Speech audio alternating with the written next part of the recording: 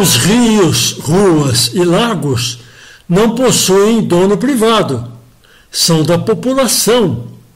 Não se pode comprar um rio e registrar em cartório. Do mesmo modo, na definição marxista de socialismo, as fábricas, fazendas e minas seriam da população, bem como a distribuição da produção. O país seria gerido pela população, que decidiria sobre a gestão das empresas, podendo ser autogestão, cooperativas, estatais ou individuais. Essas gestões seriam sempre avaliadas, reavaliadas e alteradas conforme os interesses da população. A população exerceria gestão sobre o próprio Estado. Repartir não é socialismo. Igualdade não é socialismo. Socialismo é um sistema econômico teórico baseado na propriedade social dos meios de produção, que são as fábricas, fazendas e minas. No socialismo, quem produz mais, ganha mais. As pessoas podem possuir casas, carros, roupas e tudo que conseguir, mas não possuir fazendas, fábricas e minas, e nem distribuição de produtos. Sendo as empresas propriedade da população, então não haveria patrão e empregado. A grande corrupção perderia o sentido, porque não haveria o que fazer com o dinheiro roubado. Não haveria como investir o dinheiro para comprar uma fábrica ou fazenda, etc. Os políticos, partidos de esquerda e mídia jamais falam desse socialismo de propriedade social. Falam em estatizar, mas estatizar é bem diferente de socializar. Estatizar é passar para o Estado. Privatizar é passar para o privado, socializar é passar para o social.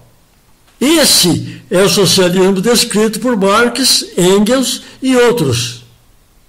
E há muitos socialismos teóricos. Nesse sentido, de um país plenamente democrático, gerido pela própria população, como está nos livros de Marx, cabem as duas inevitáveis perguntas. Já existiu no mundo? É viável? A Rússia czarista era um país capitalista atrasado. A miséria reinante provocava revoltas. O capitalismo administrado pelo czar Nicolau II estava falido. As ideias socialistas circulavam pela Europa. As revoltas se sucediam. Por fim, em fevereiro de 1917, Nicolau abdica diante da Revolução Imediata. Depois de várias reviravoltas, com o apoio da burguesia, assume o poder os mencheviques, grupo mais moderado, falando em socialismo, mas com reformas lentas e graduais. A insatisfação continuou. O povo queria ir mais depressa. Lenin retorna do exílio e, junto com Trotsky, passam a assumir a liderança do movimento revolucionário chamado bolchevique. O povo passou para o lado dos bolcheviques, que reclamavam paz, terra, controle da indústria pelos operários e um governo proletário. Lenin organiza e comanda os conselhos operários, ou sovietes, rumo à tomada do poder.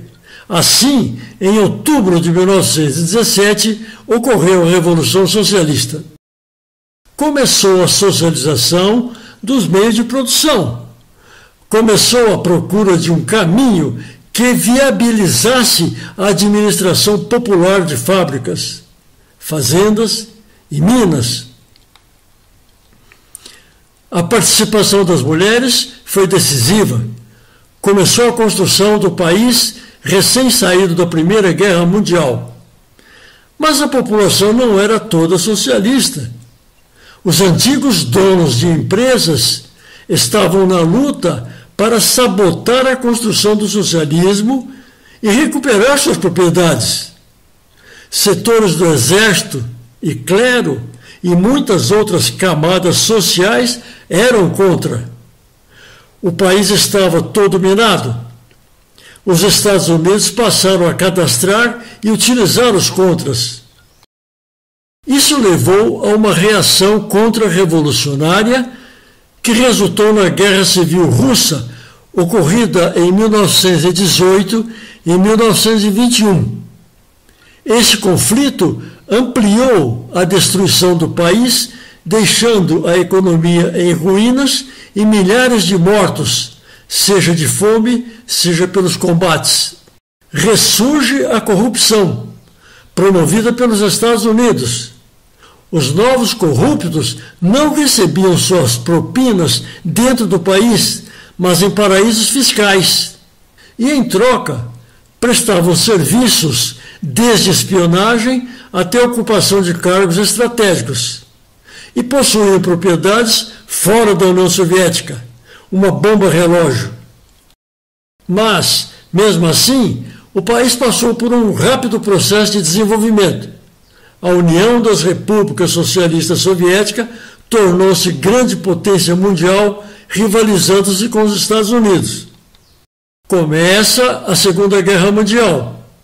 O governo soviético assinou um acordo de não agressão com os alemães. A União Soviética queria a paz para construir o socialismo. Mas, em 1941, a União Soviética foi invadida pelos alemães. O saldo dessa guerra foi de aproximadamente 20 milhões de pessoas no território soviético e grande destruição da infraestrutura de produção. A corrupção corrói por dentro, com boicotes e sabotagens.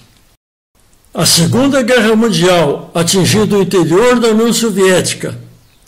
A corrupção, o isolamento continental e a Guerra Fria, com a ameaça de invasão militar que provocou corrida armamentista, provocaram o desastre econômico. Por tudo isso, a partir da década de 1950, a União Soviética já estava sob controle dos Estados Unidos. Talvez Nikita Khrushchev seja o primeiro governante já eleito pelas forças contra-revolucionárias internas e externas. Não é possível, sensata e logicamente, decidir se a derrocada do socialismo foi por causas próprias ou provocadas, ou os dois.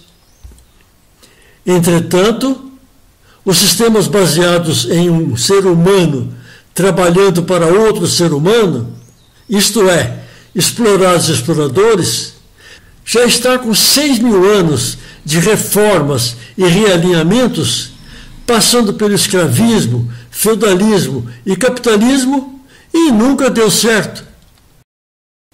Continua a miséria, o desemprego, as guerras, a esmola e corrupção. Continua umas pessoas superiores a outras, e também umas regiões superiores a outras. E se generalizou a prática da corrupção com propina em paraísos fiscais. Informação versus compreensão. A mídia e os planos escolares são usados para priorizar a informação e não a compreensão, a lógica, o porquê, o que está reduzindo a cognição humana. O mundo está globalizado. As nações estão alinhadas mediante corrupção das cúpulas e lideranças.